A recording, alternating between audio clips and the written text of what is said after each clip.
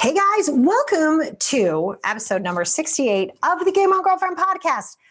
I got to bring on this week, I'm kind of like super stoked. I got to bring on a woman that I've known for 25 years. Her name is Diana Firth. And for years and years and years, she has helped inside the real estate world, helping people stage homes and helping them get organized. And over all of this time, years and years and years of doing this, she spent all this time in people's homes, helping them get organized, helping them understand why certain things should be kept, why certain things shouldn't.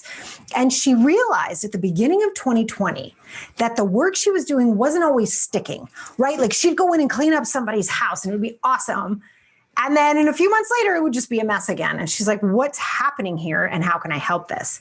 Now, while this transition in her own business was happening from staging and helping people get organized to almost more of a mindful living organizational experience, it is so cool to talk to her about this stuff. It's really unique. It's really different. And you guys know I love me some home organization stuff, right? Like I love that stuff. But the way she transitioned this all through 2020 was because she started to notice that trend. She started to really see what was happening inside people's homes. And one of the things I talked to her about in the interviews, I'm like, that's actually a really cool perspective. Like you and me, we get to be in our own homes. We know what it looks like here when it's a mess, right? Like we do, unfortunately. But when we were to go to somebody else's house or we'd be at someone's house for dinner or whatever, we see what they want us to see, right? We see the presentation. And for all we know, there's 89,000 gallons of gunk up in their bedroom that they ran up there really quickly before we got there. So everything looked clean, right?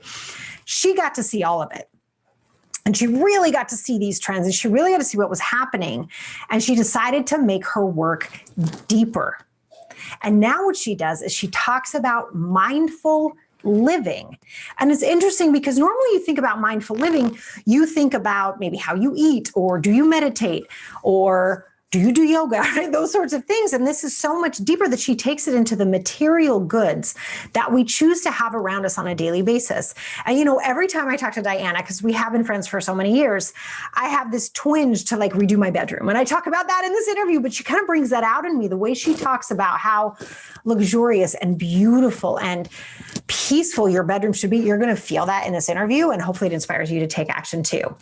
In addition, underneath this video, you're going to see a link to actually book the call that she talks about. She has an $85 30-minute call, which is actually quite the bargain to get Diana's brain on one room in your home. So there's a link below for you to book that call with her if you'd like to spend some time with her and get her mind on your spaces. And after today's interview, you're going to understand why that's so important. Now, a couple things that Diana and I talked about off camera that we weren't able to put in the interview that she wanted me to make sure I told you. And that is, for those of you that love the law of attraction, like if you really believe in that idea that you can attract what you want into your life, she studies that as well. And she said 33% of attracting is based on your environment. 33% of your ability to attract what you want into your life is based on your environment. That's a big deal. So if that's something that appeals to you, that's another reason to start cleaning up the spaces around you. I also want to point you to episode 59 on the podcast. We don't have the video version of that, but you can listen to that on Apple Podcasts or you can grab it off of my website. There's a link to that down below as well. And in that, I talked about the importance of your office space. And this was one more thing that Diana and I jumped on after we turned off the camera. And that was that when you are inspired, when you're excited, when you're happy, when you feel light, your consciousness expands and your ability to create expands. Now, that might sound like common sense, but as you'll see in the interview, I still have this morning's coffee on my desk, but I did wake up sexy as hell again, so it's okay. I'm just kidding. Anyway, so there is that, right? But you want to look at what's around you and what's causing you to feel inspired, what's causing you to expand your consciousness so you can do even better in your business. And because we are all home right now still, and we don't know how much of going back out is going to come back, even though the vaccine's here, all those things, right? There's still so much that we may not go quite back to normal on, that your space matters more than ever because you're probably not leaving it that much. And as you walk through your house, how you feel about that matters, and it will trickle into the success of your business and what you create. So without further ado, let's get to it.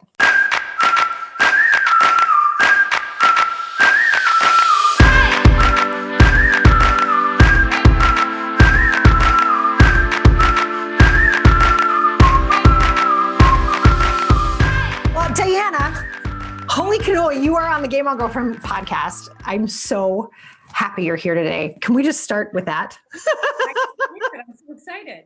Who knew all those years ago when we were running around Manhattan, owning the joint, that we would be sitting here as two sort of distinguished women, maybe kind of, talking on a podcast about organizational and mindful living and not being attached to things. Like, did you ever see this happening? Not when I was living in Manhattan, no. Yeah, I was not living a very mindful life back then. More podcasts to come on the Manhattan history. All right. Okay. Another time. Oh, you mean we're part of the cast of Sex and City? Yeah. Yeah. We wrote that. No, we didn't. Don't sue us. We didn't write that. Okay. So no, we were worried that sometimes maybe they were watching. Anywho, I'm so excited you're here though, Di, because we have a lot to talk about. I know you have been on an extraordinary journey in your own career and your own business career. Like, you've really owned these businesses and you've sort of stretched yourself and expanded. Can you tell the audience just a little bit to start? So as we get to know you more and more throughout this conversation, what were you doing, say, I don't know, 2 years ago, 18 months to 2 years ago? What were you doing and what are you doing now? And what caused the change? You guys are going to love this. Go ahead. Oh, that's great. I love this question. So 2-3 years ago, I was thrilled because, as you know, I started this business 11 years ago, staging, organizing, and designing homes. And living in the DC area, there's so much work to be had here. And it turned out being just a really great business for me, really successful, lots of different ways that I could expand myself and grow and learn. And I was running around, though, in this crazy frenetic pace, with all of the people that I was helping in this area specifically. And it was just, it was really grinding on me. I'm knocking out volume left and right. I was helping flip houses like crazy. And the real estate market just keeps going here no matter what. So it was really getting to me. And then I started seeing how people were living because, as you know, I've been in houses, like thousands of houses across the United States. And there was a theme that was making me upset because where I would go in and get them organized or get them settled or get them designed, it wasn't maintaining itself. And people were really not living well. People were sharing with me some of their more intimate things, like about how their relationships were affected and how their health was affected. And what they were not understanding is that there's a direct correlation between your environment and these things. And I knew that, I could keep going on a long time helping people, flip their properties and buy new houses and do those things. But am I really affecting their life in the long term? And the answer was no. It was a risk for me once again to say, you know what, I'm just going to shift my entire business focus because I know I can help more. That's kind of where I was and where I am now. COVID gave me a really good opportunity to slow down. Yeah. Well, if you take advantage of it, right? And I'm really happy to hear you did. I mean, that's been a theme for me. Like the second March 13th hit, right? I was like, you're going to be mad when this is over if you don't take care of X, Y, Z and really enjoy this pause because I was listening. It's going to end. I was in on that Game On Girlfriend. That was great, that Facebook group that you have. The Coffee with Coach. I've connected with a lot of those women and I really love it because, we serve as a good resource for each other and support system. So I really thank you for that. Oh, I'm glad it was useful. That means a lot. Yeah. But some of the themes that people were affected by, the ongoing themes that I was hearing even in that group were directly related probably to a lot of what was going on in their own home environment. Well, I really like how you sum that up, Diana, because I think you had a really cool perspective. Most of us don't have. Most of us are only in our own homes, right? Like we go over to a friend's house. Well, we used to go over to friends' houses for dinner, or we'd see that. But we see what they want us to see, right? Like we see the moment of presentation. We see when all the toys are put away or all the stuff is hidden in the closets, but we don't see what it looks like on a day-to-day basis, like we see our own home. So I have to tell you, I'm totally intrigued. You said that you saw a theme. Was the theme general enough to be that they weren't understanding how their space was affecting them? Or was it more like a theme like this doesn't matter and I don't care? Or like, could you describe what that theme actually was just a little bit? I'm so thrilled to describe this. It's such a cool perspective. Like, I don't think any of us get to have this unless you're in people's homes organizing them. How would you know? It's Very cool. It's like, people would ask me, oh, wait, I'm not going to be ready to get the house ready. I said, I don't want you to get the house ready. I need to see your house in its pure form so that I Right. can actually make the necessary changes for you. But, organizing for people just didn't work, and it wasn't helping anybody. It was a Band-Aid. That's all it was. What the thing was that's overwhelming is this overconsumption problem and this attachment to material things. We Oh, all let's get into this. I just put my head in my hands, like go. Tell me all the things. I want to hear all the things. Yeah. It's the most basic thought process about our things, right? Like when you really look at something and you ask yourself why you own it. Marie Kondo talks about sparking joy. That's a big part of it. Yes, does it make you happy? But it has to go beyond that for me. It has to really serve a function. And because you could have a million things in your home that make you happy and spark joy, but then you still have a million things in your home. My family, a family of tchotchkes. I don't want to have a million of them in my house. Got it. So it's both. Do you find that combination hard to find though? Like the, sorry, it actually sparks joy and it's functional. Is that hard to find that combo, or do you find it easy once you start getting in there deeper with people about what they're choosing to put in their homes? So it's not even that you have to have both in one piece, but if you do have something that is there just to make you happy or just to inspire you, that's okay. But you can't have 10 of them. Okay. Okay. It's kind of about really treasuring maybe the few things that you do have. Is that part of it too? Yeah, you really have to take yourself down the road of questioning. Why do I own this? Where did I get it? What purpose is it serving? If it means it's just, okay, I'll give you a good example. On my desk, I have this little guy. I want to see. So I call him Little Keith. Okay. Hi, Little Keith. Little Keith is awesome. Growing up, there was, my childhood best friend's father was a minister, a Baptist minister. And he was this incredibly inspirational person. And he always strove to make people happy and inspire them. I just loved his energy. And, he didn't have an easy life. He was working really hard. He was raising 9 kids in the 70s and 80s. But he always remained this person that was, incredibly grateful for everything that he had. And he was always helping inspire other people. So he's left on my desk to remind me to do the same thing. Oh my gosh, I love that. Like that is such a meaningful, deep connection for you to have on your desk. And I know, by the way, you guys, those of you that listen, I want you to know something. So Diane heard episode 59 where I was talking about your desk and your office and your bedroom. And she's like, we need to talk about this. So I just wanted you guys to understand that. So I love that you started with the desk. Yeah. Like what is on your desk inspiring you to work every day? That's gorgeous. I love that. There really shouldn't be that. People don't understand they abuse their work surface, right? I love that you talked about energy because that is such a woo-woo topic that people are afraid of. It's what the human experience is. We are spiritual beings having a human experience, and everything is energy. Our desk is the same energy that we are. And so that's when I talk about, the energy flow and keeping things flowing. The stuff that's on your desk is blocking that flow of energy. I'll give you another example of something that I recently did that made a tremendous difference. And it's going to sound really hokey to some people. Okay. In my desk drawer, I had written down some things that I was taking care of financially. And these weren't always positive things because, we all have some bills, right? Everything's here. And they were in a drawer that was right underneath of something that I was working on, work project that was bringing me prosperity, that was supposed to bring me my prosperity. To me, the energy that was between these two things was almost competing with one another. Oh my God, that's fascinating. So I took out the bill thing. I said, this is not a place for bills. This is a place for me to create. I'm going to keep it for that only. And I created a totally separate section that I don't even have in my office anymore because once I dug deeper into the feng shui concepts myself, I was doing a few things off too. So that's just one thing about energy that when you really think about it, it sounds a little superstitious, but it really is real and it does work. Well, I mean, if we're going to just be matter of fact about this. If you were to put those things under a microscope, right, you can see the energy inside the cells. Actually, it's there, like it's real, it's there. We just don't see it with the naked eye.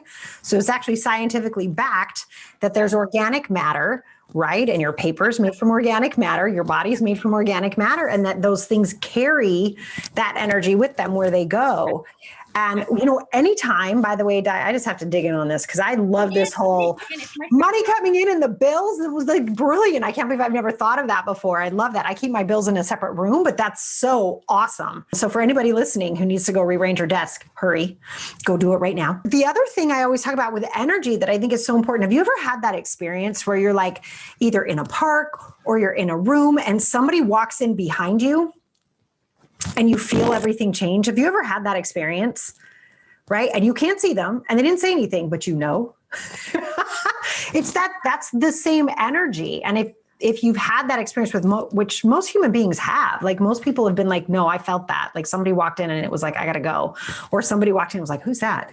Like, but that we feel that, and that energy is the same thing of all the crap you have on your desk, right? And that's why I love that you have that symbol right there to remind you of who you want to be as you're creating your work. I think that's amazing, Di. I love that. This thing that you're talking about the energy behind things, and I want people to also understand that there's energy behind your thoughts. There's energy in your words, okay? And there's energy in your emotions.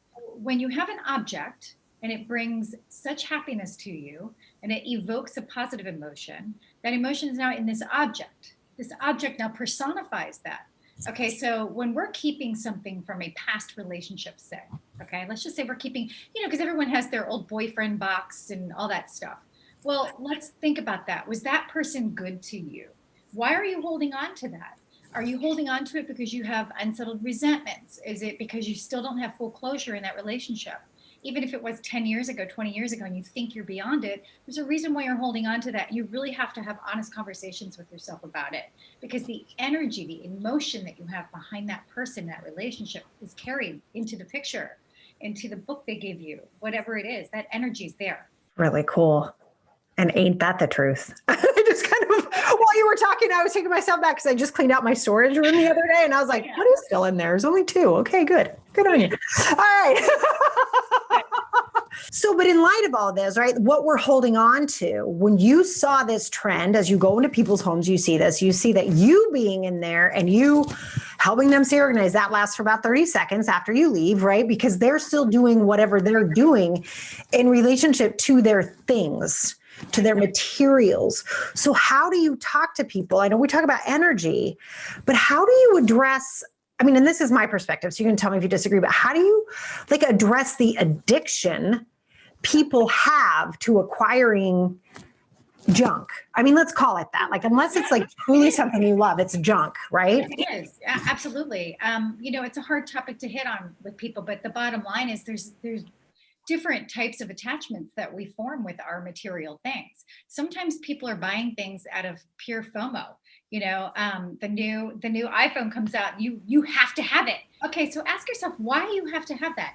Do you have to have that because you want to appear successful to everyone else that's going to see you pull out that iPhone 12X or whatever it is? I don't even know what it is anymore, but yes, I know what you mean. Now, I love technology and I love new gadgets, but I don't have to run out and get it. My phone is getting to the point of doing that, then I'll be happy to have the newest one. But, you have to ask yourself those questions. The fear of missing out thing is a huge one for people. Wanting to feel or to appear rich. Are you keeping something because you're afraid that it's going to be discontinued, never going to find it again? Or I spent so much money on that, I don't want to get rid of it. These are the questions that I ask, the conversations that I have with people. And it seems like a really basic conversation to have, right? Yeah, sort of, except I don't think most people talk about it like that. Right? They talk about going back to the 80s when we were talking about the 9 kids in the 80s, right? The acquisition of stuff. Yeah. And I think we talk about it like that. Why did you buy that? Or why did you think you needed that? And are you actually questioning that? It does seem basic, but I think more than most people are not having that conversation. They're not asking themselves those questions. They're not. Everybody's so preoccupied. So the other thing that becoming a little bit more present in your daily life. I know that you do this, you practice this, I practice this. and just really connecting. This is what I want people to do. My whole goal is to help people become more present, really connect with the present moment, connect with your children, connect with your spouse, connect with your neighbors. Let's connect as a community at large. But if we're running around and we're constantly trying to like put things away, organize our stuff, go to the store to get more, we're running around just emptying out all of this great, beautiful energy that we all have that could be put into something so much better than what we're putting it into. I mean, and then to see the pure waste of the absolute waste is absolutely, it's just devastating me to see what we're doing just to the planet. Yeah. No, I totally agree. I was actually thinking that, I shared, as I'm like a Marie Kondo nut, right? And I had like basically took my house, made it upside down, shook it, and then put it back up. Right? I was like, I don't want anything that just fell out. It's all gone, right?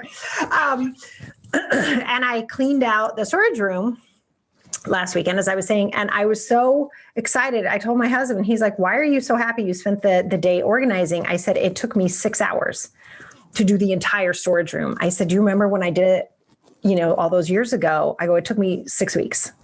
Right. And I was like, I never want to spend that much time organizing our stuff ever again. Like nothing is as important as our time, like you said, with our children, or our time laughing, or we were big movie people over here. Like we love to watch movies and shows together and laugh and giggle and eat popcorn and just hang out.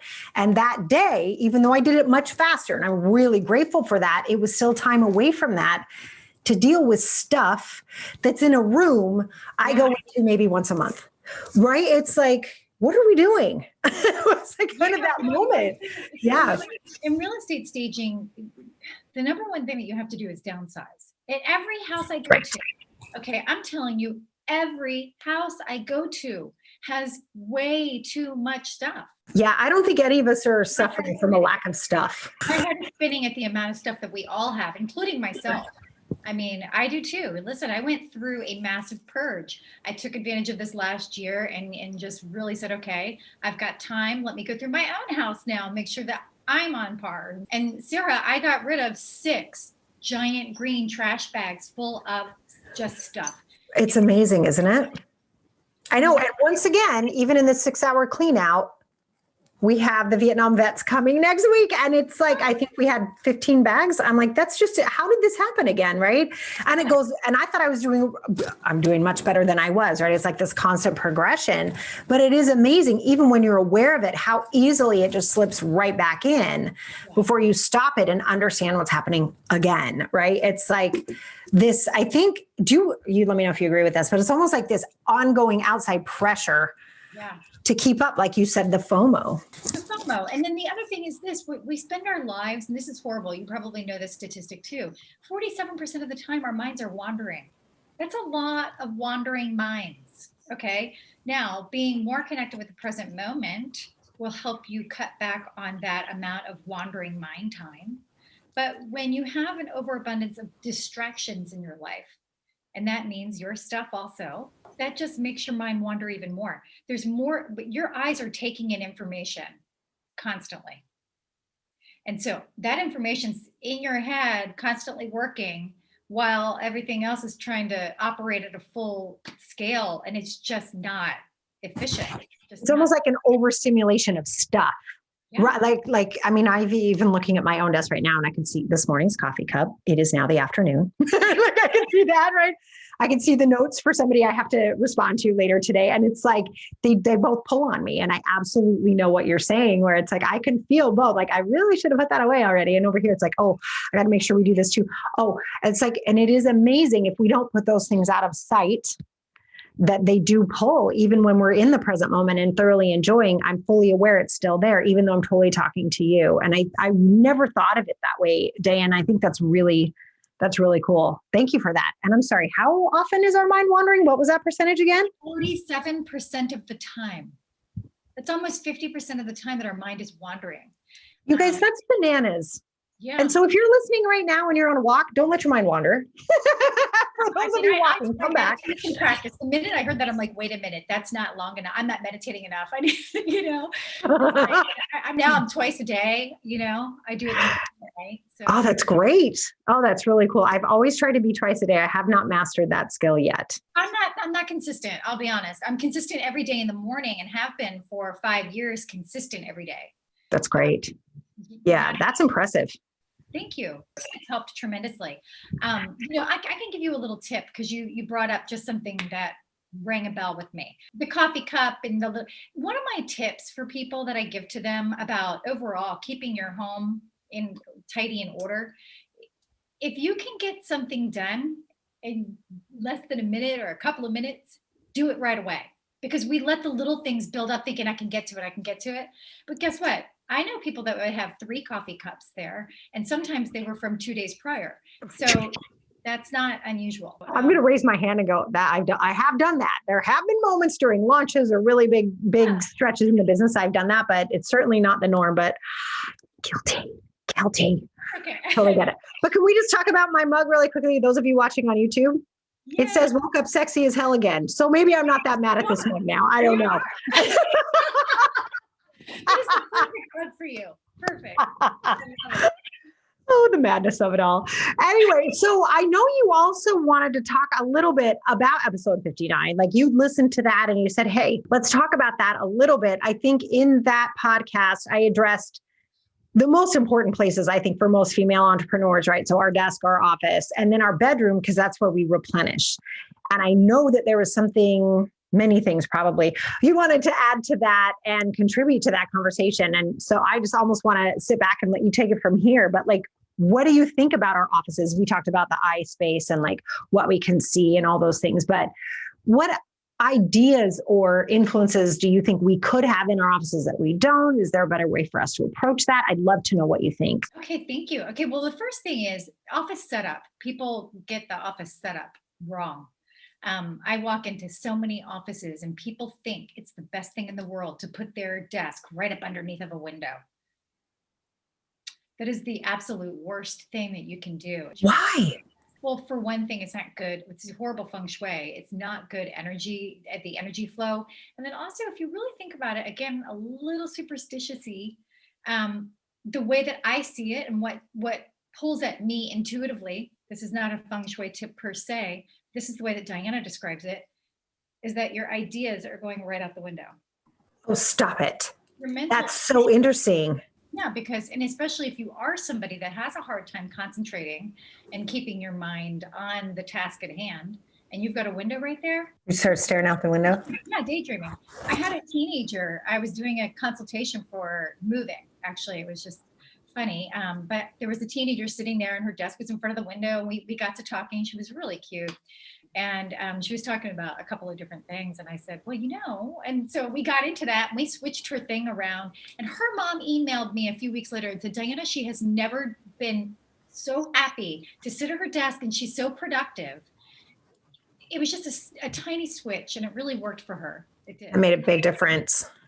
That's interesting. So we want to pay attention to that. I mean, I think one of the things I'm hearing there, because I'll be honest, I've always had my desk face a window, but that was for video or for photography so that we had natural light in here. As long as you're not right up underneath of it. Got it. But I can get that though. Like, so I think what you're saying is what you're looking at directly, like even behind your computer screen, because so many of us are just on our computer screens. Now, what's behind your computer screen really matters as far as your own level of productivity. Yes. And then the other part of that is when your back is facing the door, this is not good feng shui. You want to be able to see who's coming in the door. So if the door is over to your left, that's okay. You can still see who they are, right? And if they're in front of you, that's great. That's even better. But behind you, it's not a power position. You're the leader. You're the one that's in the power position in your office. You're the king of your office or the queen of your office. That person's coming in to meet you, to come to you for your expertise, right? So you need to be able to see the visitor to your office. I really like that. I've never thought of that. You're making me think I might have to move my desk to the other side of the room now. I love your office Stay with it. It looks I, great. I finally get the background set up and I'm like, you know what? The door's over there. Maybe I should flip it. But you can see the people coming in. But I can really picture that though. That's a really great visual. So you guys who are listening, just think about where you're doing your work and make sure you feel like you're in a power position. Even if like I know we have so many listeners who are like moving around right now or you're kind of changing things up, just keep yourself in that power position. Especially I would say, you tell me what you think about this, Diana, when you're creating. Like when you're actually creating stuff, that is really important that you feel powerful. Yes, absolutely. It's very cool. Very cool. So what do you have for us around the bedroom? And no, I don't just mean sex. I mean like for resting. I can help with that too, though.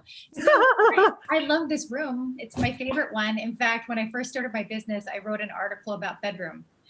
Someone called me and asked if I would submit an article and what room did I want to do? And I said, I'll take the bedroom. So cool. Yeah, I just, this is like, I think of as we humans as like vehicles, right? It's a vehicle for the spirit. We take care of our cars so much better sometimes than we do ourselves, right? We change our oil, we make sure that we take it, because we want our car that we're so proud to drive to look great on that road. Okay. And to run really well and to last us a long time. But then we come home and we stuff our faces with junk food. We throw clutter in our bedrooms and we're not taking care of ourselves the same way. So our bedrooms are sort of like our parking garage, our area to get rest, okay? And to have solitude from the rest of the world, even the rest of your own home, because there's lots of activity that's going on everywhere else throughout the day. This is your sacred space to turn everything off and rejuvenate and recharge and become healthy again, because without rest, we're not healthy.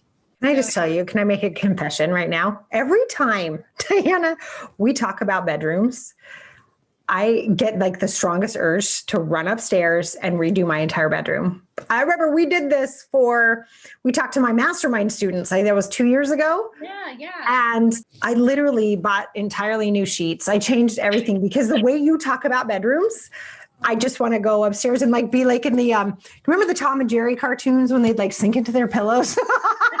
I feel like that every night. And if I have guests that come and I give them my room, they're like, I need to know your mattress, your sheets, okay.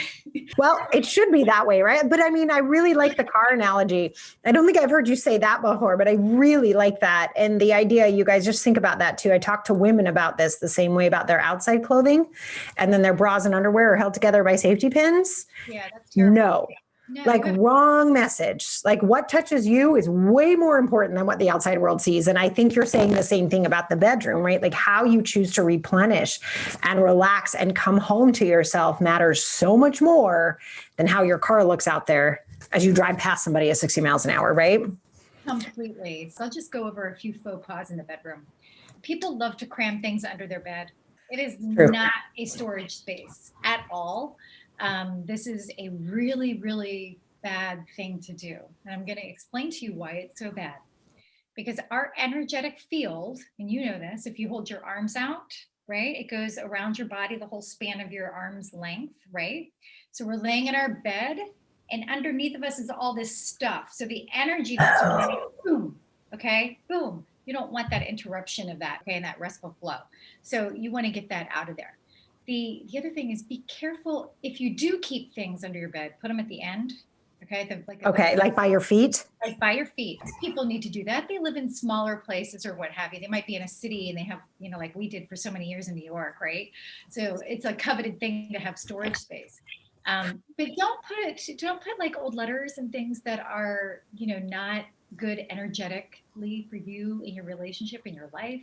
The other thing that I'm going to talk about is utility bills don't belong in your bedroom. I know that we're busy. I know. I don't think it's ever been there, but that's fascinating.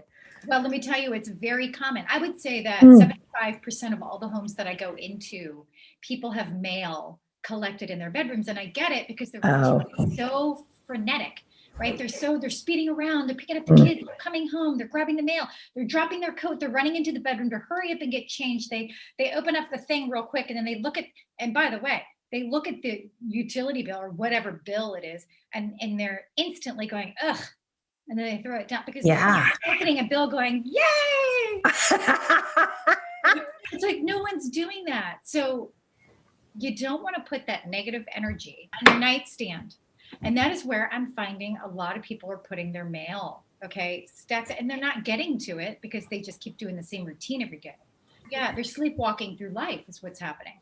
It's affecting their lives in ways that they don't realize.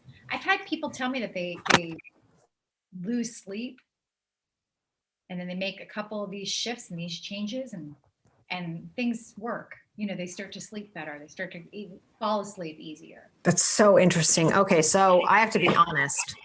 The next thing on my list is a new bed frame because I don't like my bed frame. So that's on my list, Diana, because you're right. It makes me mad when I wake up in the morning and I see it. That's not a good thing. So I'm going to remember that and I'm going to get that handled. Thank you. Big deal. Big deal. Yes. And you should pay attention to. So when you think about it this way too, this is our first visual imprint of the day. So you wake up, you open your eyes and you go, oh, and you see a to-do list. Oh my God. No, you don't want that. You want to wake up and go, oh, and I do. I wake up every day and I'm really inspired. I like it. I'm happy to wake up. I believe you. I believe you because I know how much you care about your bedroom. I believe it. Oh my gosh. Well, you guys, I hope you took a lot out of being here with Diana. Diana, I love this conversation. And the only reason I'm wrapping it up now is because we have to. And if that was not the case, we might be here for another 3.5 hours. So I hope we get to have you back soon.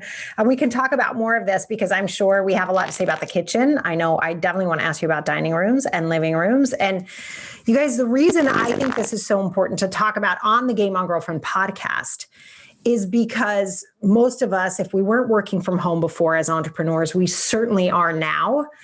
And what we're feeling as we walk through our homes, what we're feeling when we wake up in the morning, like Diana just said, and what we're feeling when we're sitting in our office space, it really matters because we can't really, not yet anyway, go anywhere else just yet. You know, I always say, I love to go to Starbucks or whatever. We kind of can't do that yet. So we have to really work on the energy that we have around us and see what we can do to course correct there.